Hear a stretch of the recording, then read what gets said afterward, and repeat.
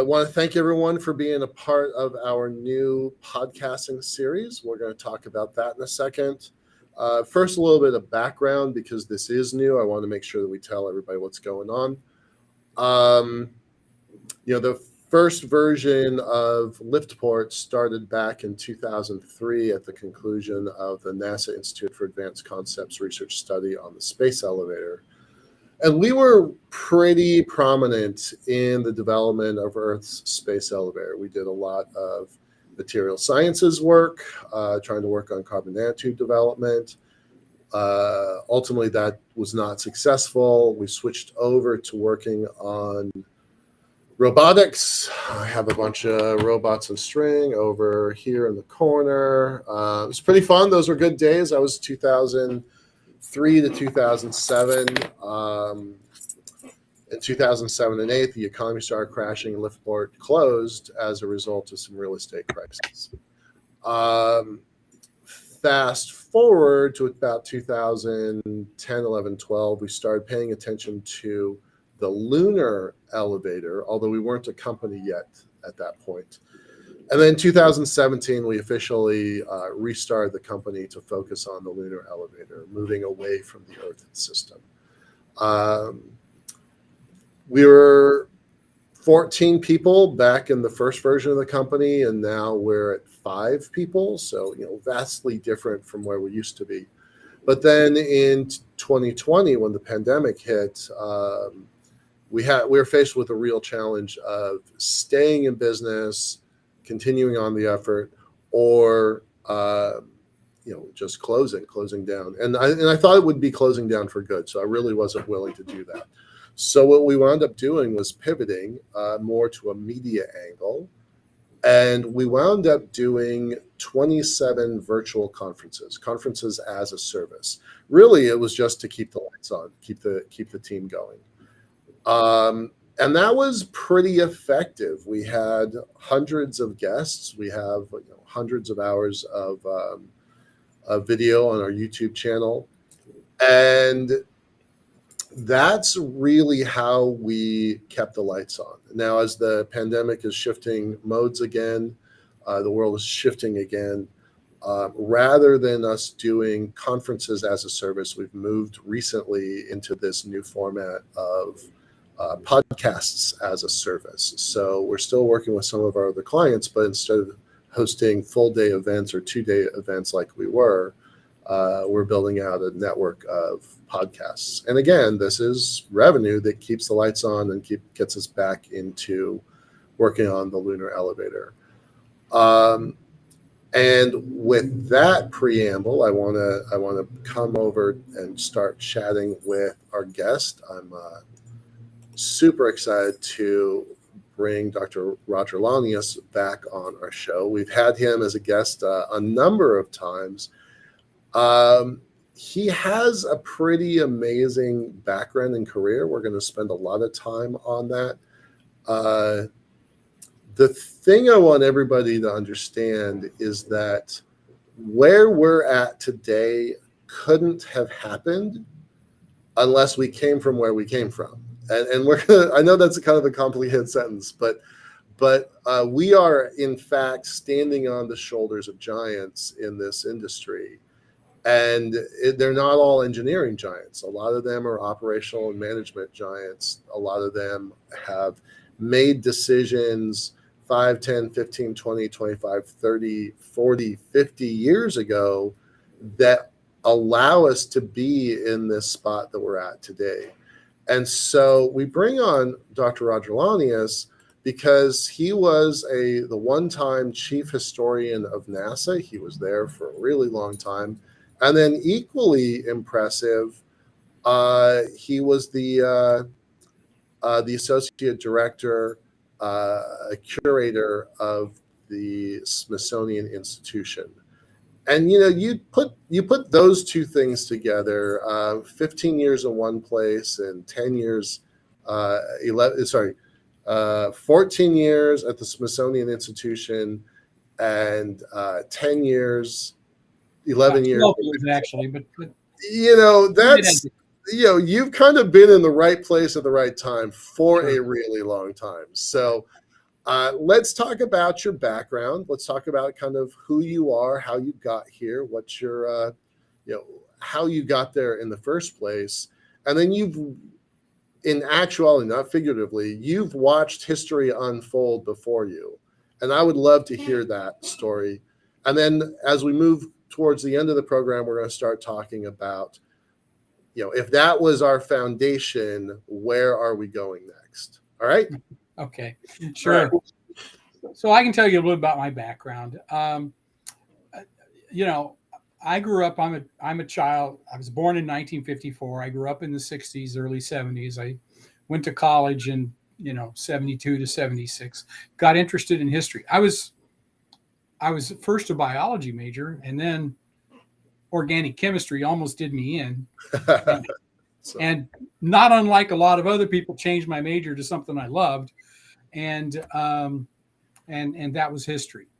And I first focused on the history of the American West, specifically Mormons in the American West. Really? Pretty far removed from space history. Went on to graduate school at LSU. Did a master's and a PhD there. Wrote my master's thesis and my dissertation on Mormon history. I didn't anticipate doing space or aerospace or anything like that at the time. It wasn't that it didn't interest me. It just wasn't my specialization. And so I was really focused on the 19th century American West. And there is a relationship there in the context of spaceflight, because we talk about frontiers, and that was very much wrapped up in the American West of that time frame as a frontier. But now we're talking about the space frontier. Mm-hmm. And as we learned from Star Trek, the final frontier. Right. We can debate that if you wish. But when I went looking for a job, when I finished my PhD, I thought I'd probably go to a university somewhere, but I had the opportunity to go to work for the U.S. Air Force. Oh. And interestingly enough, it's something that I had not anticipated, but there are hundreds of historians associated with the federal government in all capacities, in all kinds of agencies. The military services have a large number of historians, basically to document what happened and why it happened, and to serve as expert specialists on various aspects of military history that can then help their commanders make better decisions, senior officials make better decisions. And so when you look at the Department of Defense, you'll find literally hundreds of these people there, and other agencies have them as well. NASA certainly does to this day. And in fact, a new chief historian for NASA was just selected last week. It's Brian Odom. Great news. I'm delighted to see him come aboard. I look forward to great things from him. But my work with the Air Force was truly astounding. I learned how public history functions. And when you think of public history, basically it's people who are practicing history. And that's what we do, is practice it. In the same way you practice law or you practice medicine, whatever else it happens to be in a profession. And you do it outside of the academy, outside of a university setting. And that's what a public historian does. And so I spent 35 years as a public historian, first with the Air Force in a variety of capacities there. And then in 1990, I moved to NASA to be the chief historian. It was nothing I had planned. It was something that was an opportunity. And literally, I saw an advertisement for a job with this. And in those days, it was an advertisement that was on paper, put on the bulletin board of the HR office where I worked.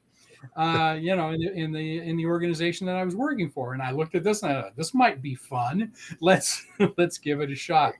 And lo and behold, I was selected for the position. Didn't have a background in that per se. Didn't have an aerospace history background when I started working in aerospace history. And I felt a little concerned about that. At one point I asked my supervisor who hired me to work for the Air Force, I said, why did you Right. select me for this particular position? I have no background in this area. And he says, I don't care about that.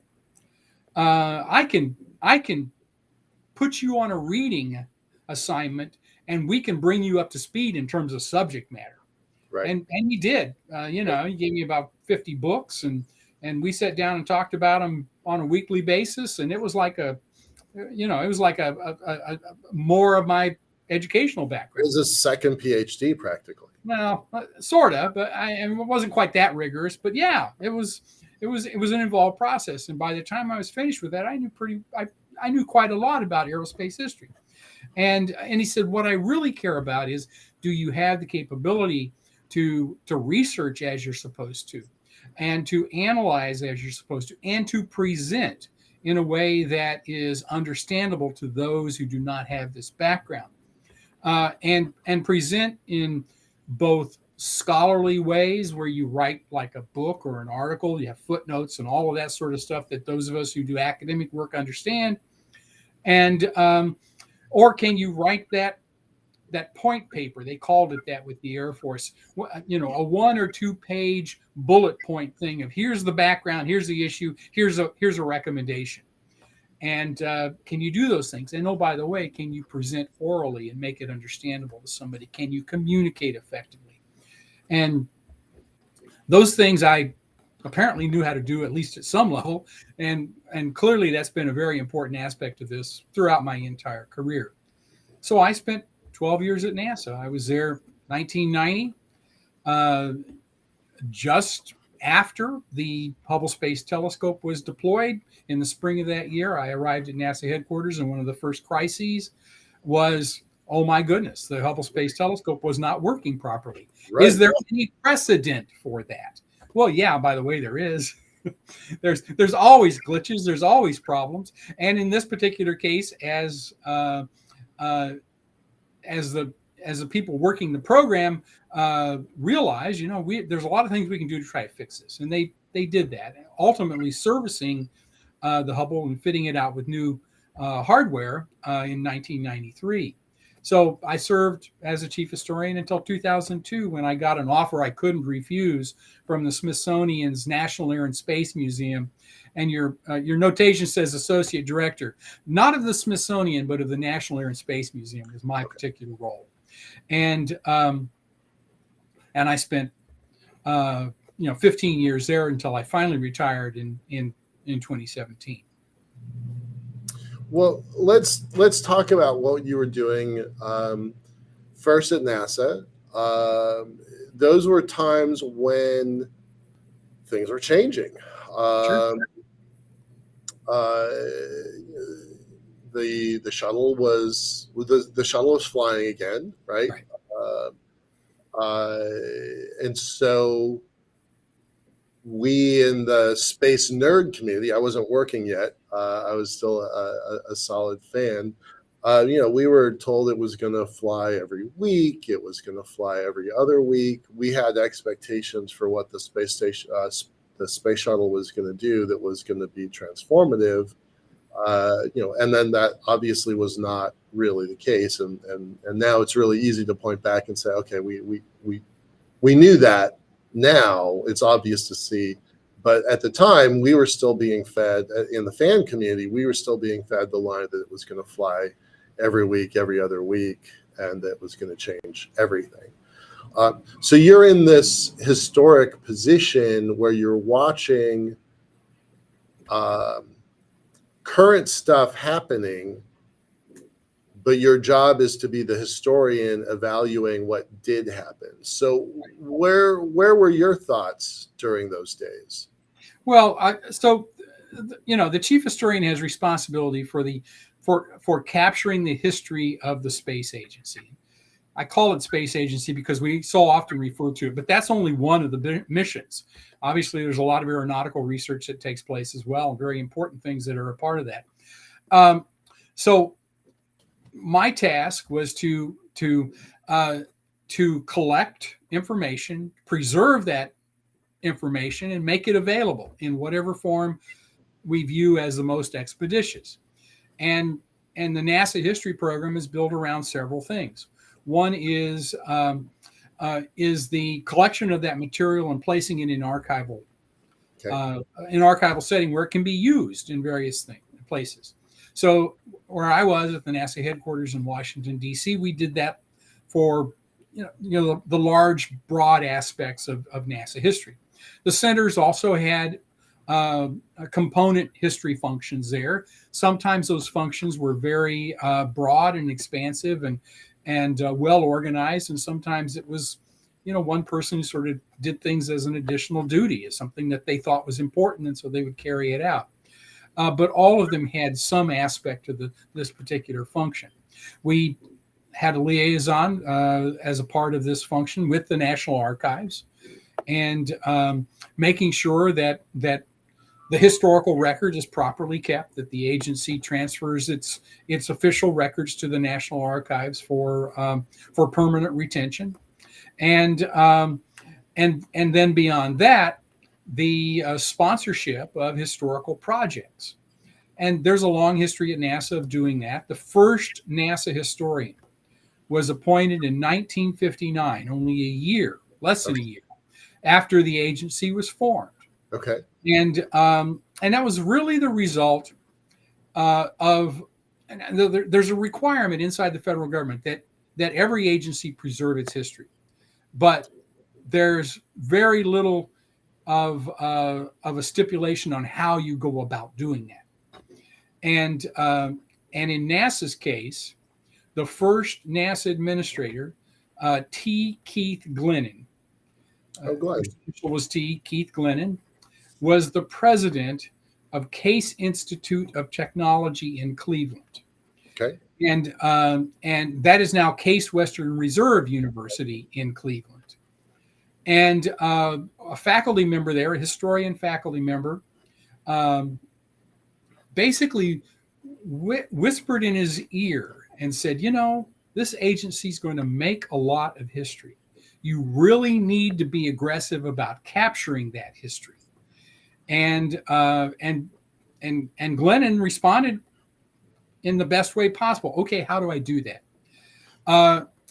And so the recommendation was look at the military programs, see how they have done this, because they've done a really good job. Right. And in that particular case, Glennon hired the first historian, hired from the Air Force as a historian to come work for them. And Eugene Emmy was the first NASA historian, brought in 1959. He stayed there until he retired in the mid-1970s. Wow. So your history was you came from the Air Force and moved over to NASA, and you're following the footsteps of the original NASA. Yeah. Now there had been other historians before me. I was not his immediate successor, but I did have a similar career path in the sense that I've been working for the Air Force and I moved over to NASA from there. And Emmy began to sponsor historical projects, and most of them at that point in time were book projects. Okay, sure. So let's get an outside specialist, somebody who's not employed at NASA, who has historical credentials, to come and write and do this as a contract for us. Whatever type of book project you think might be useful, and they took all kinds of forms. The human spaceflight programs almost immediately, under his tenure, had historians put into those efforts to try to document them, and some of them in real time. Wow. They're sitting in the offices with the people who are doing the work, collecting documentations, doing oral histories, doing interviews with people, and then putting together various products associated with it. A lot of things that they did initially were chronologies, something as simple as, okay, what happened on this particular day? Okay. And I mean, they're boring to read, but they are an enormously significant documentation of what took place. And then more analytical works as well followed from there.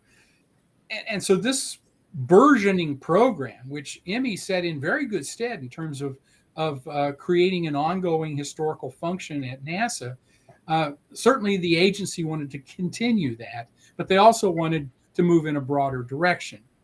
And I tried to bring that to some fruition as well. And so it was while I was there that the first web pages were created. I was going to say, you were there at the beginning of the internet. Yeah, and we found that, we decided pretty early on this is a very effective way to try to communicate. And but you can't just put a book online, really. I mean, that it's a different product. We did put books online, by the way, but not all the time, and that was not our primary function. We also saw opportunities to do things that had never been possible before. For instance, one of the things that we did when I was there was we got hundreds of requests, if not thousands of requests a year for photographs. Oh, sure. Yeah. And the public affairs function had responsibility for maintaining all of these as pictures. Okay. And somebody would call and we'd say we'd want something, and they would provide it to them. And so we came up with the idea of, okay, well, can we round up 1,000 of the best images in NASA and put them all online, and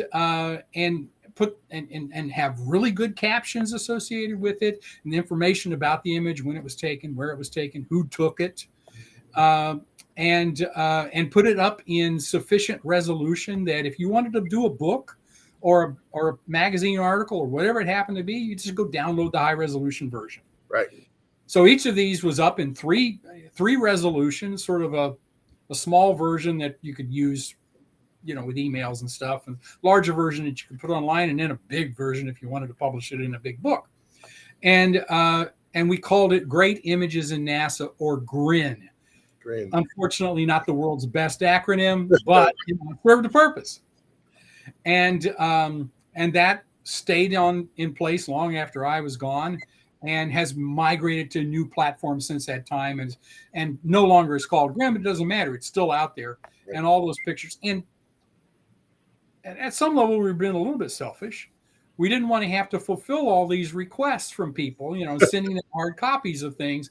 Just tell them, go online, get whatever you want. Right. We got it. Here you go. And there's a bunch of various pictures of the day.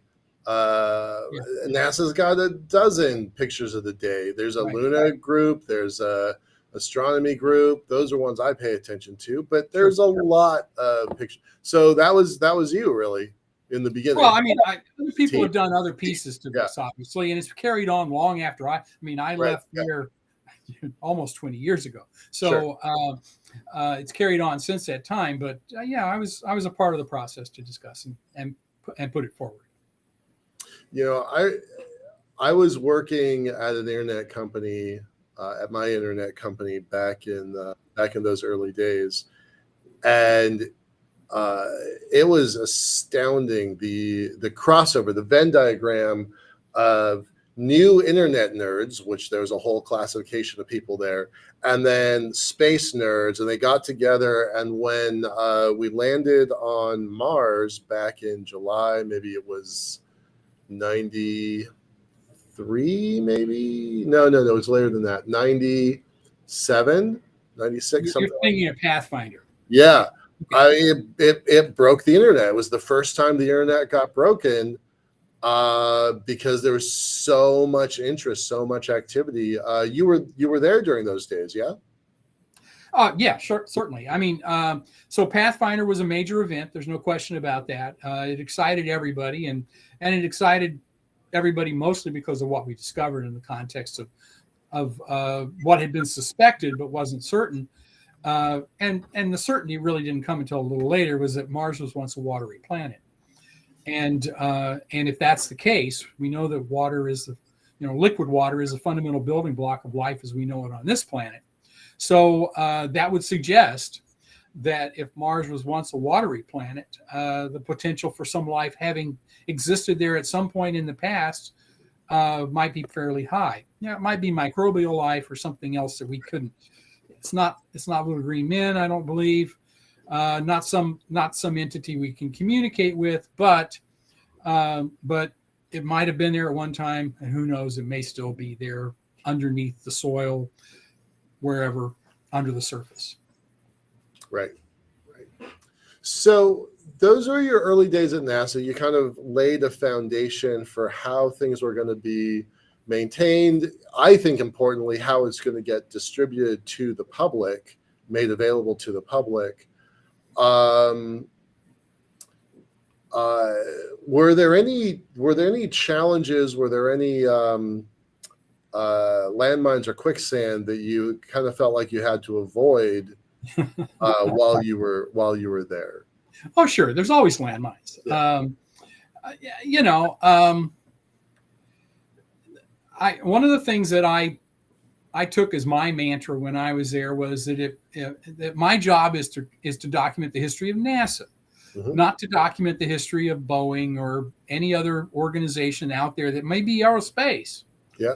But they and in some of those instances they have their own historians and their own archival capabilities, and they're doing that for themselves. That's great, but that's not my job.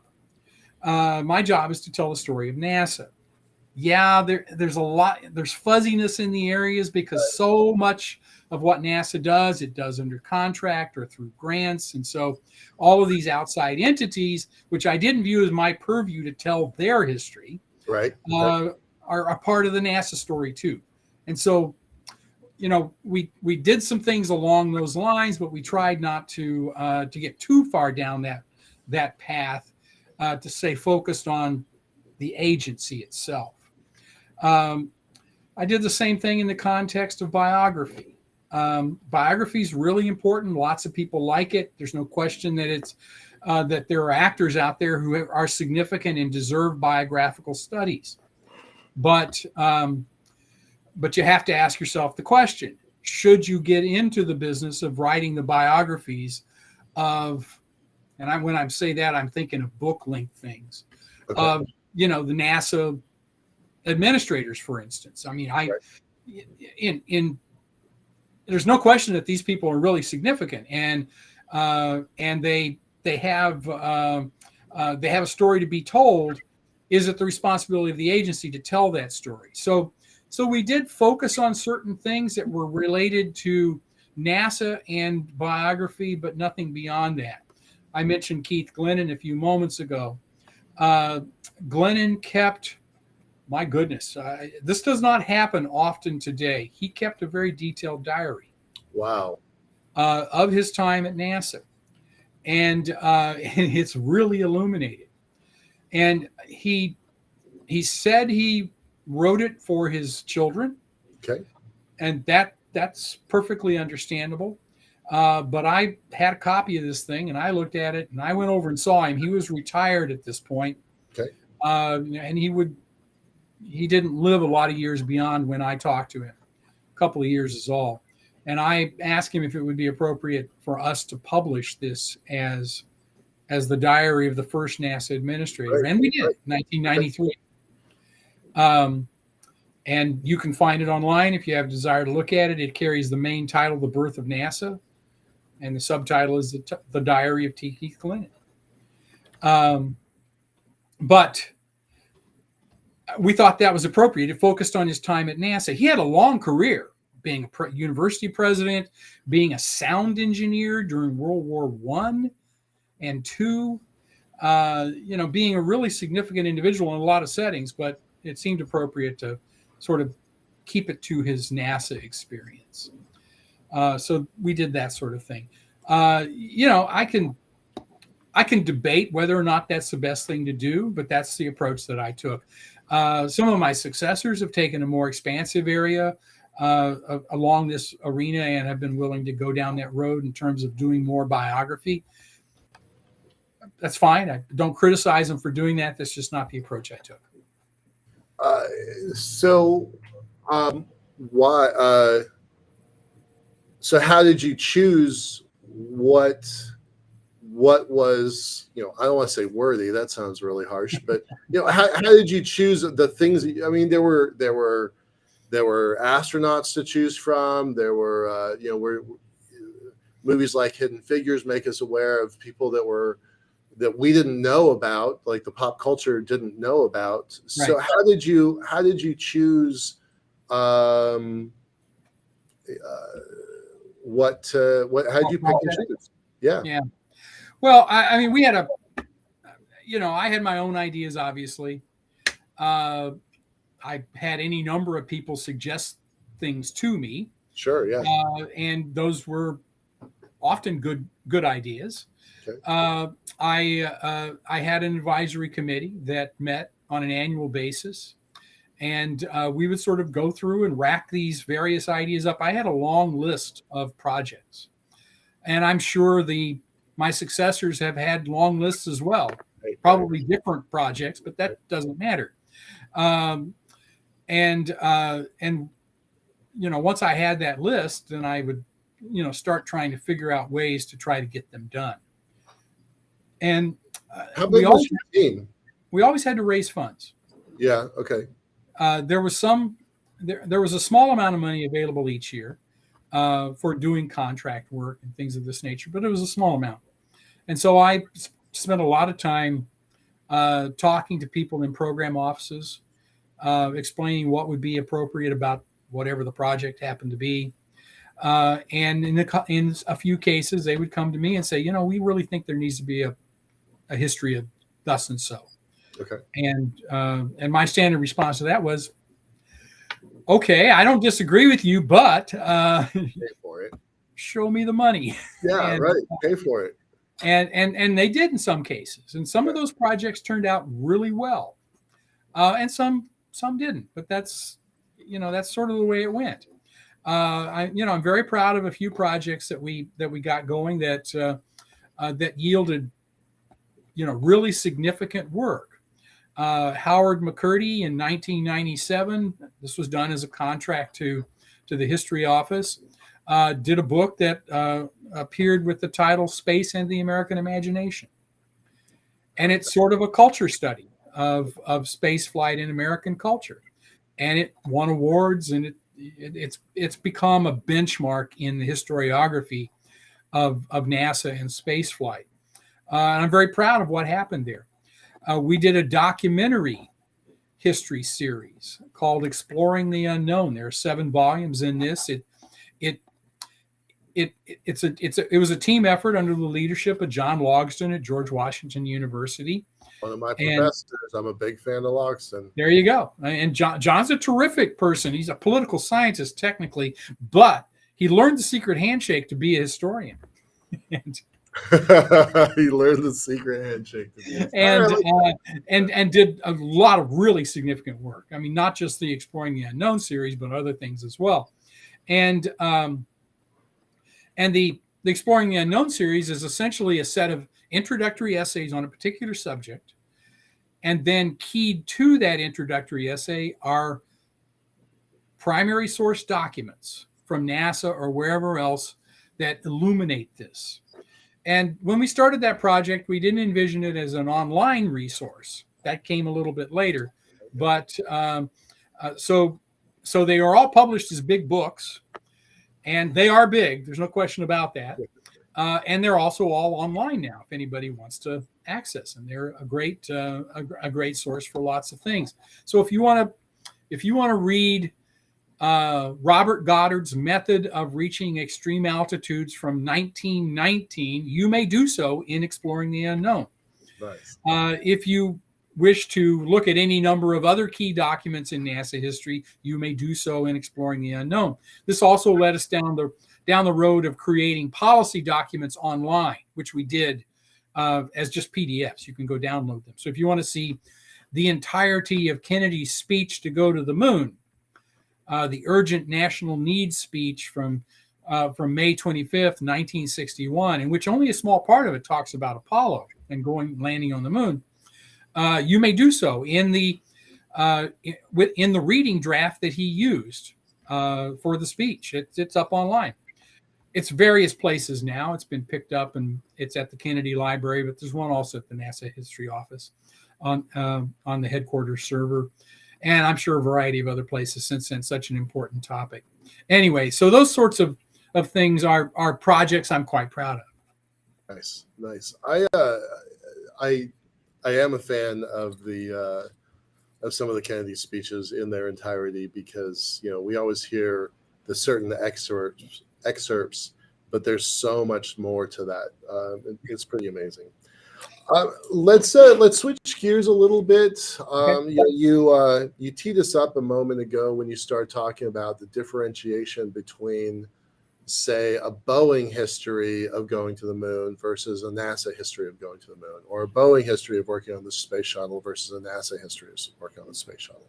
I actually think that's a really important distinction because while they are near, they are not of NASA, right? And so I actually am pleased to hear you say that you made that distinction and that was a significant thing, because I had never thought about that. That wouldn't have crossed my mind, as an outsider. But let's talk about your next iteration going off to the Smithsonian Institution, because I'm going to guess that your role changed and maybe broadened. Is that a safe guess? Sure, that's a fair assessment. So my move to the Smithsonian was one where I would be a curator in the Space History Division at the National Air and Space Museum. And those are my colleagues. They're historians as well. I'd known them for years, and I was very comfortable with that group. And it seemed like the right time to leave NASA, and I was happy to do so. And I was looking for a new challenge, and this was a broadening of this. The Air and Space Museum's mission, of course, is to document air and space history for the United States. I mean, that's its function. Although it does take a bit more expansive approach than I did, say, at NASA. So there's a lot about the Soviet program, for instance, and the juxtaposition of it with the American program. Now, we did this at NASA as well with some of our work, but not maybe in quite the same way they do at the Air and Space Museum. And the artifacts, that's a different realm altogether. We didn't collect artifacts at NASA. We didn't, not the history office. The artifacts. So there's a property management system that exists at NASA, and they're the ones that have custodial responsibility of property associated with the agency, and so the name the historic artifact of your choice, and it started after its service life is over and it has no more need for use in the technical arena of NASA. Then it is put into the system, which the property custodians then could lend it to other organizations. Okay. They could make the effort to transfer ownership of it to the Air and Space Museum.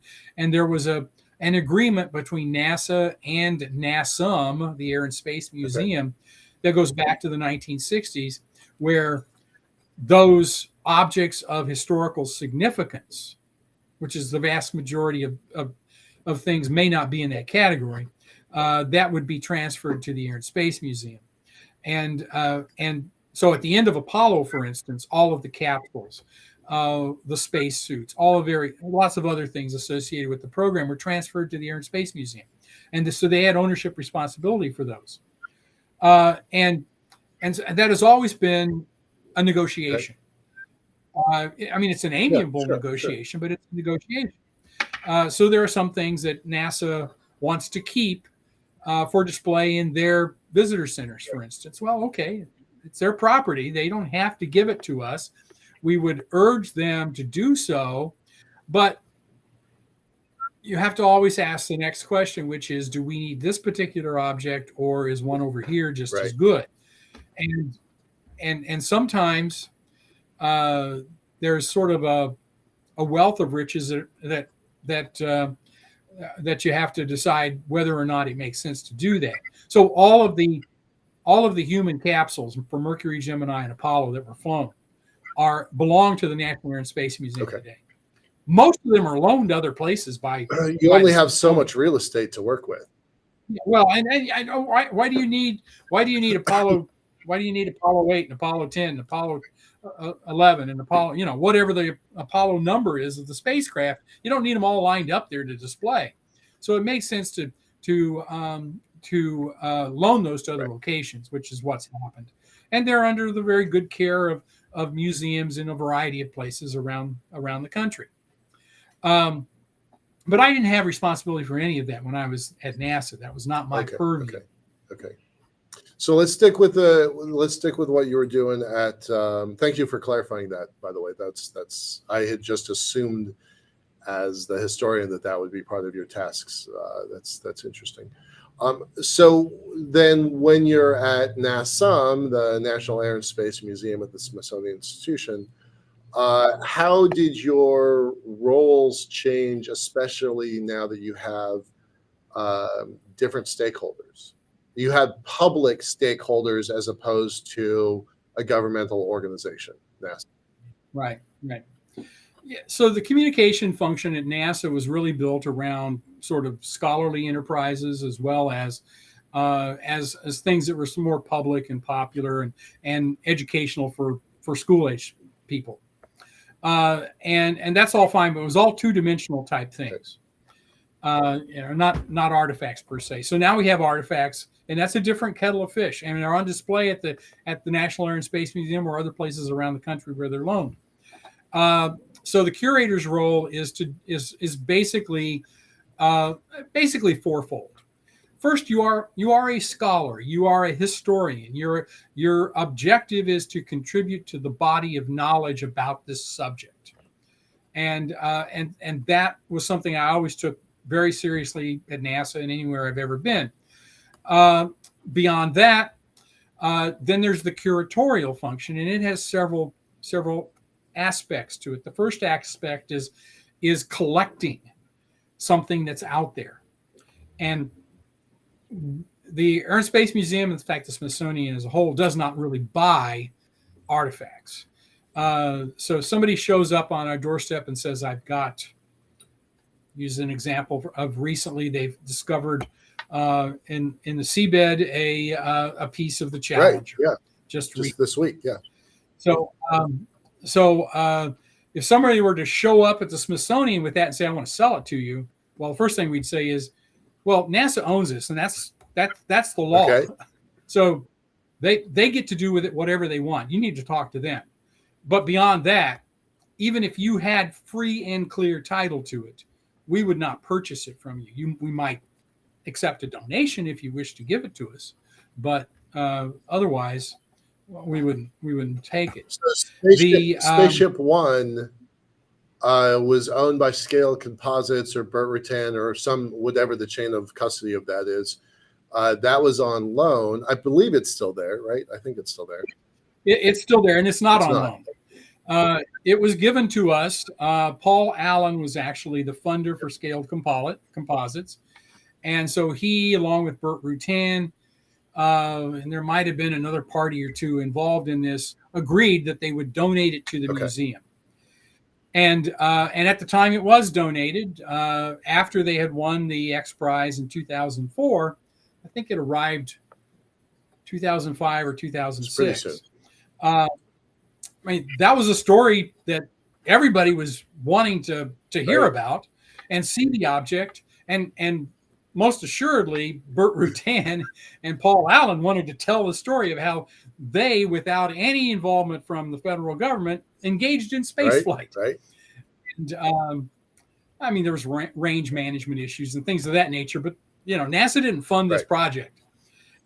So that was a story that certainly they wanted to tell, and quite frankly, we wanted to tell it too, because it's an important story. And so we were delighted to have that as a donation to the museum. Now, I should tell you that I had a particular astronaut who was upset with us for accepting that. Really? And I won't say I don't want you to add anybody. That's not right in getting into that. But his argument was, it does not belong there hanging in the Milestones of Flight gallery between the Bell X-1 the first airplane to fly faster than the speed of sound, and the Spirit of St. Louis. It was nothing more than a stunt, and does not belong in this august place of display. Wow. Well, my response to that was, what do you think the Spirit of St. Louis Right, was? the Spirit of the X Prize was think the X1 was. the X Prize was modeled after the Spirit of St. Louis as Absolutely. a stunt. It was, and here we are, nearly 20 years later, and that machine has fundamentally changed all of space flight and arguably the world. So I think you made the right call. I'm just going to say. No, I agree. And by the way, after I explained that to him, he just sort of smiled and says, "Yeah, you got a point." Well, there. I'm going to acknowledge my bias. I was on the tarmac when that thing lit off. I was with Leonard David, and the photos from space.com, I took them. So I have a very personal place in my heart for Spaceship One. So, so there's no way I can not be biased. But I'm a little surprised that there was pushback on that. I'm genuinely surprised. It wasn't serious pushback. I mean, we were there looking in the milestones of flight gallery, talking about the objects that were there, and he just sort of said, "It doesn't belong here." And Okay. I said, "Well, no, wait a minute now." All right. Well, I'm glad you. And he saw. Okay, cool. Very cool. Very cool. I bet you there's probably a lot of stories like that, right? Where you have to make a decision, and no matter what decision you make, it's going to ruffle feathers from one constituent or another. Oh, sure. It's always the case. We were offered the gondola from the Red Bull sponsored high altitude jump. Right, yeah. And we accepted that. That was perfectly understandable. But there were those who thought that we ought to put that in a more special place where it would be seen by more people. And specifically, they would have liked to have had it in Moscow. Right. The Red Bull people definitely wanted it to be there. Sure. And we didn't agree with that. It's on display. You can see it, but it's not in the place necessarily that some would have thought it was appropriate to be in. That's fine. There are differences of opinion. And you can't always necessarily make the best call on everything.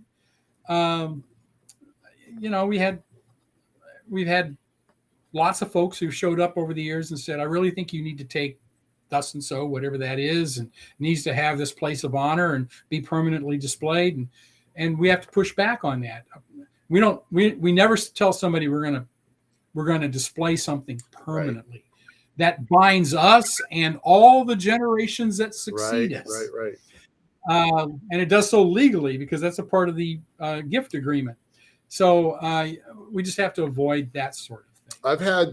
I've had some of my robots, especially some of the ones that have climbed a mile into on a tethered balloon.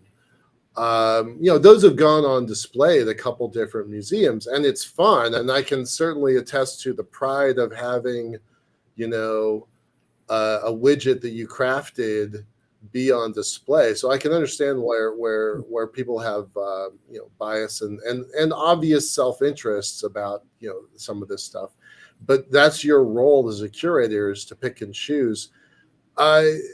What's something that y'all have that is not really readily available? Like, how do you decide, okay, well, I want this thing to be up and available, but we just don't have the room, or we don't have the story, or we don't have the rights or something? What's something sitting in a warehouse? I imagine an Indiana Jones style warehouse where stuff is stored. Yeah, well, if you saw the night at the museum, right, battle for the right Smithsonian or whatever, right, you know that storage area is all under the mall, which, by the way, doesn't exist, but that's another issue.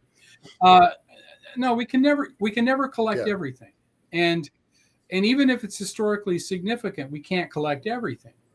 So there's this practicality that's associated with it.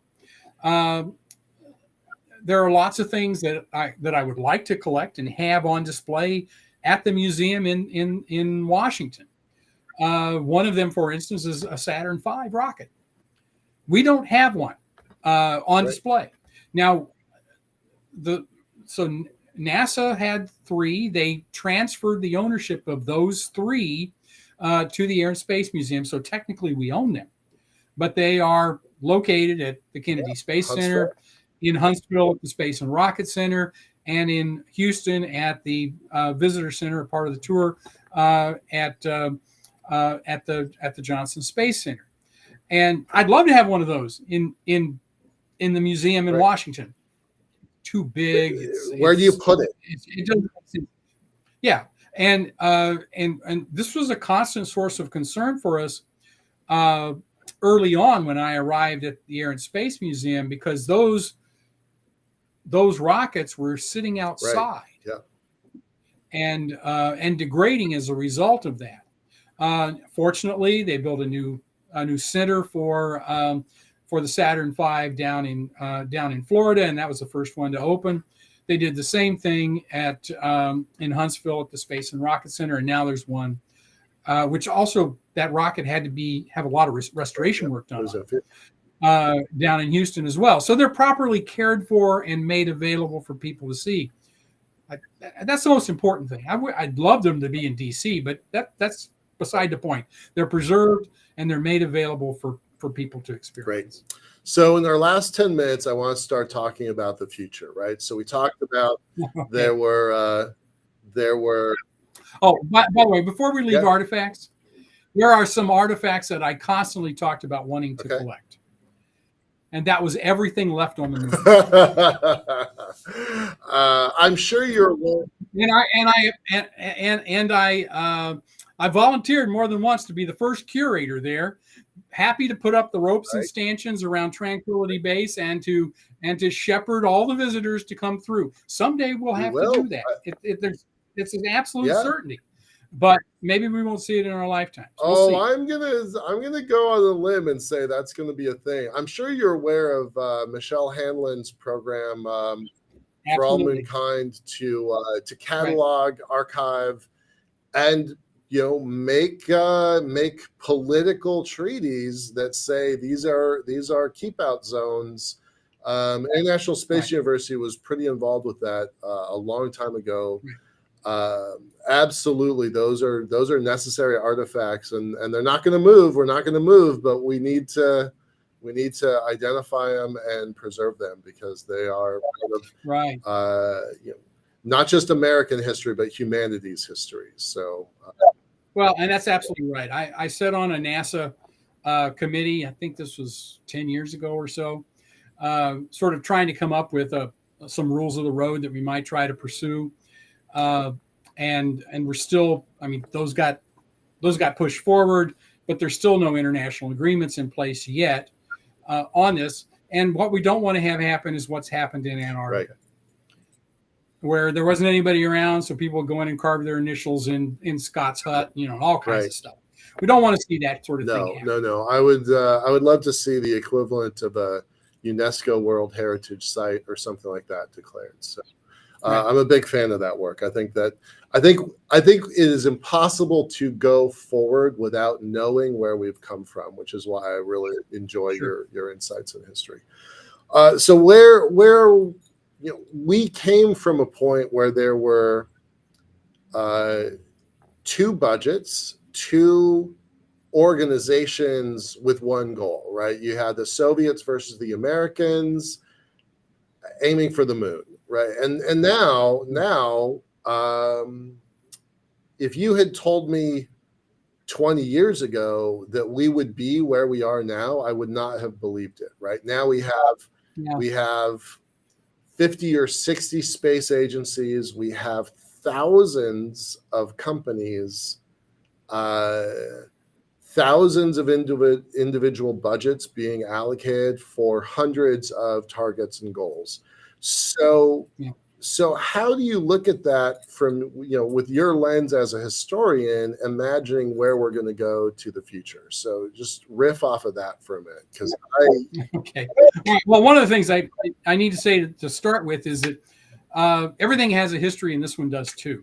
From the point that the space race begins in the early 1960s, other nations are looking at this, and they're seeing, and they understood that the future belongs to the civilization that can master science and technology. They knew it. They knew it then, and they know it today. Wait. Let's just pause for a second. The future belongs to the civilization that can master science and technology. I mean, that's a great quote. I'm going to try to remember that. Thank you. That was worth your hour all by itself. Thanks. Good. But so they look at what the Americans and the Russians are doing, and this is especially non-aligned nations, maybe emerging nations who've just come out of colonial status.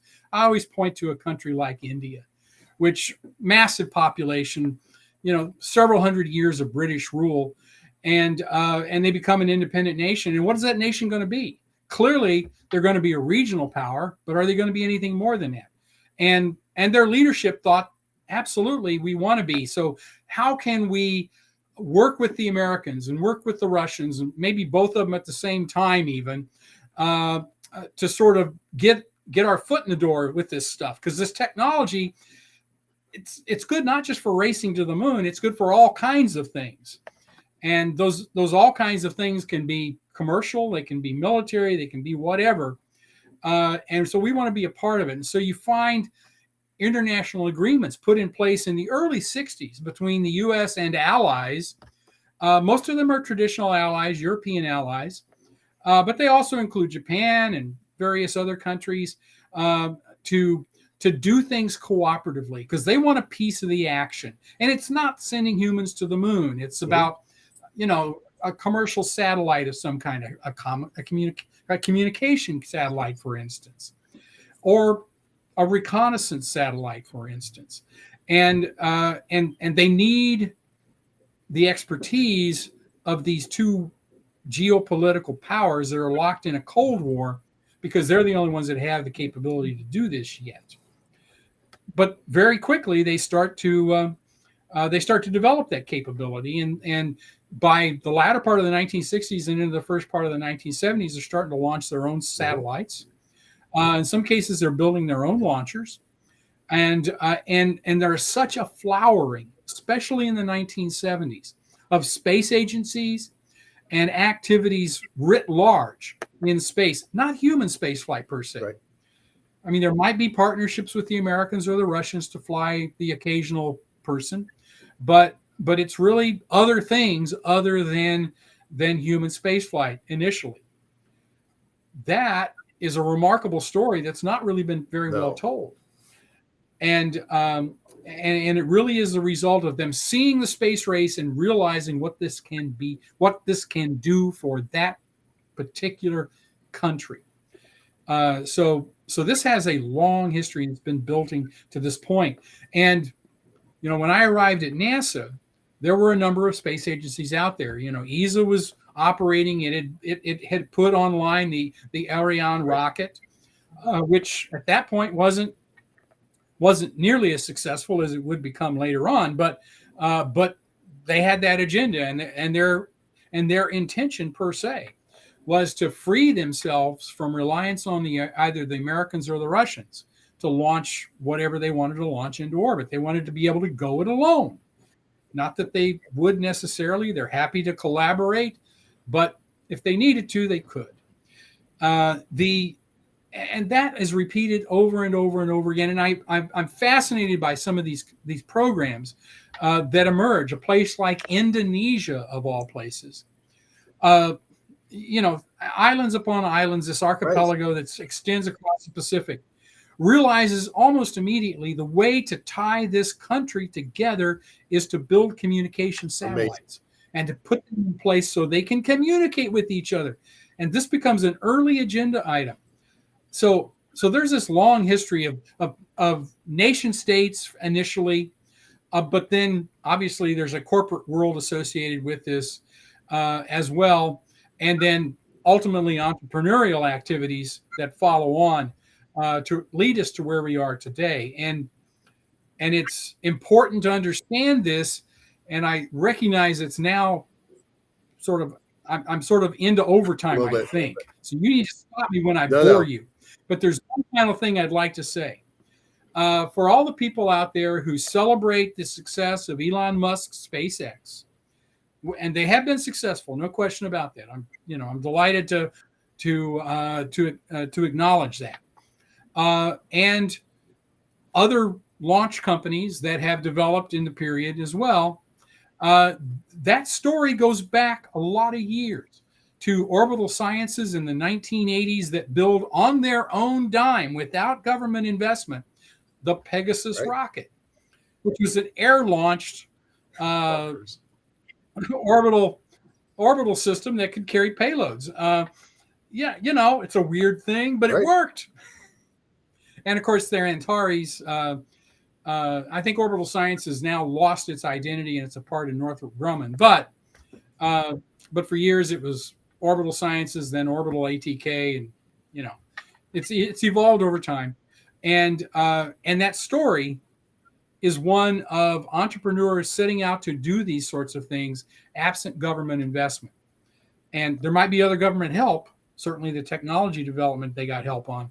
But in terms of NASA funding it, offering them a contract, not so much.